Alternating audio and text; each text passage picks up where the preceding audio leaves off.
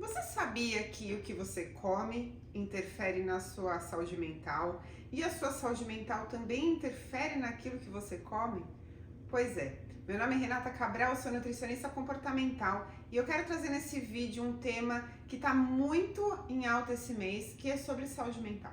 Né? A gente está em janeiro, a gente tem o Janeiro Branco, que é um mês de alerta à saúde mental e a alimentação ela tem um papel fundamental nesse contexto da saúde mental e eu vou explicar por quê. A gente tem dois lados da moeda, tá? Primeiro lado, nossa emoção, nossa saúde mental, os nossos pensamentos, a forma como a gente encara as coisas, ela interfere diretamente nas escolhas alimentares. Ou você é aquela pessoa que nunca comeu um pote de sorvete quando estava triste, ou um brigadeiro quando estava ansiosa. Então, entende que há uma ligação? A gente não escolhe o que a gente come simplesmente pela fome que a gente tem, ou se a gente gosta ou não gosta de alguma coisa. A gente tem todo um contexto na escolha do nosso alimento e a emoção, os nossos sentimentos, né? A nossa mente, ela está intimamente ligada a essas escolhas alimentares.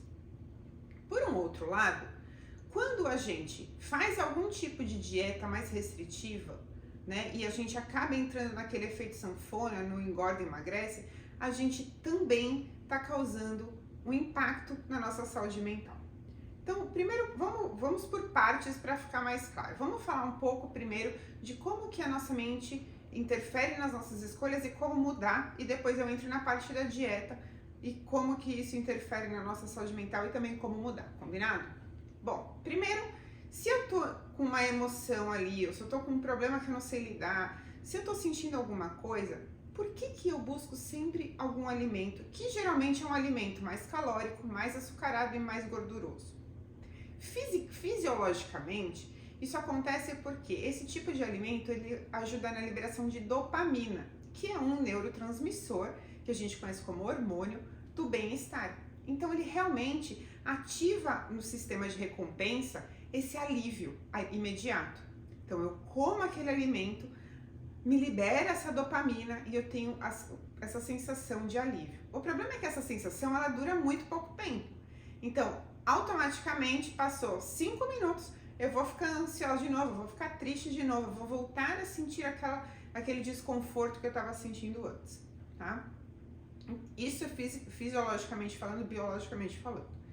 O problema é que quando o nosso cérebro ele se dá conta de que quando eu como determinado alimento eu tenho essa sensação de bem-estar, ele automaticamente cria isso como um hábito.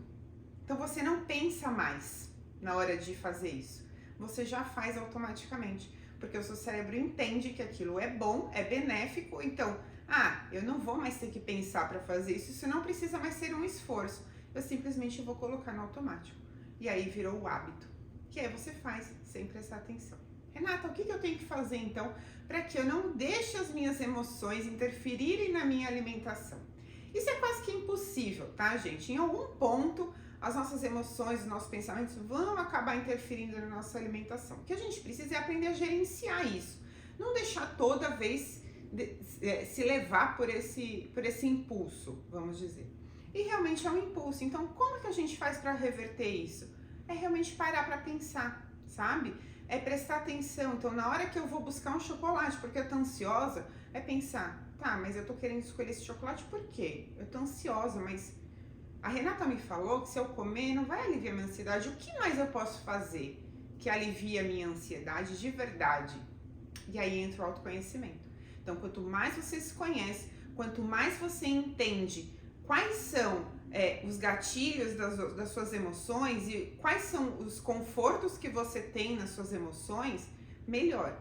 Então, eu, por exemplo, Renata, quando eu estou ansiosa, eu gosto de sair para correr. É o horário que abaixa a poeira da minha cabeça, né? Abaixa ali os pensamentos que ficam voando. Mas qual que é o seu? Você precisa saber o que você gosta.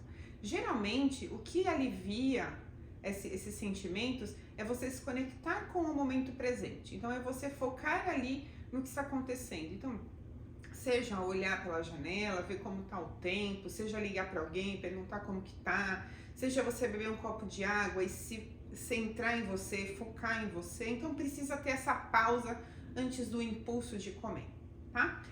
Isso é a dica para estou passando por uma situação emocional e eu não quero comer. Quando a gente olha para um outro lado, fazer inúmeras dietas, porque a gente nunca faz só uma dieta, né? Normalmente quem faz dieta restritiva vive no efeito sanfona. Então a gente faz a dieta, emagrece, passa um tempinho a gente engorda. Isso porque a gente não muda hábito, a gente não muda comportamento. A gente se restringe por um período, a gente restringe um grupo alimentar por um período e aí passado esse período a gente volta a ter os hábitos como antes. A gente volta a comer as coisas que a gente comia antes, a gente volta a comer as coisas quando está ansiosa. Então a gente vive muito no efeito sanfona. E muitos estudos eles têm comprovado que esse efeito sanfona ele causa sintomas de depressão. Por quê? Quando a gente fica oscilando muito peso, a gente não consegue emagrecer e se manter ali, a gente tem essa sensação de fracasso, a gente tem a sensação de incapacidade. Então, todo mundo consegue menos eu, todo mundo é magro menos eu, e aí entra um outro fator que é esse preconceito contra a obesidade. Então, existe uma cultura antagonista da obesidade, né? E aí as pessoas que são mais gordinhas, elas sofrem mais preconceito e elas não conseguem se aceitar. Entra muito na comparação. Então, quando a gente faz esse movimento de buscar sempre uma dieta e não ser bem sucedida, eu tenho esse sentimento de fracasso, eu acabo me comparando com as outras pessoas, isso desencadeia um sintoma de depressão. E isso pode se agravar ao longo do tempo, obviamente. Então, o que eu recomendo? Não façam dieta. Simples assim. Muita gente fala, como que eu vou fazer dieta, Renata? A gente precisa ressignificar e olhar a alimentação com outros olhos. A gente precisa gerenciar as nossas emoções para não comer por impulso. E aí eu faço escolhas mais conscientes baseadas no objetivo que eu tenho. Então, se eu tenho um objetivo de emagrecer, eu preciso gerenciar as minhas emoções, parar de comer por impulso, me concentrar no meu emagrecimento para fazer escolhas mais assertivas e conectadas. Isso não significa fazer dieta.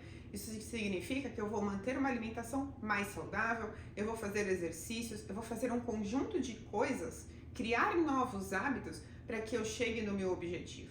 E para isso eu preciso de tempo, eu preciso de paciência, eu preciso de processo, né? E é por isso que eu falo para vocês.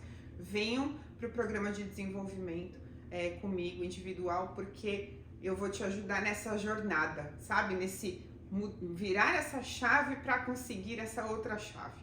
É isso por hoje. Espero que vocês tenham gostado. Deixa o seu like e compartilha com aquela amiga que vive fazendo dieta e comendo por ansiedade, combinado? Um beijo e até a próxima.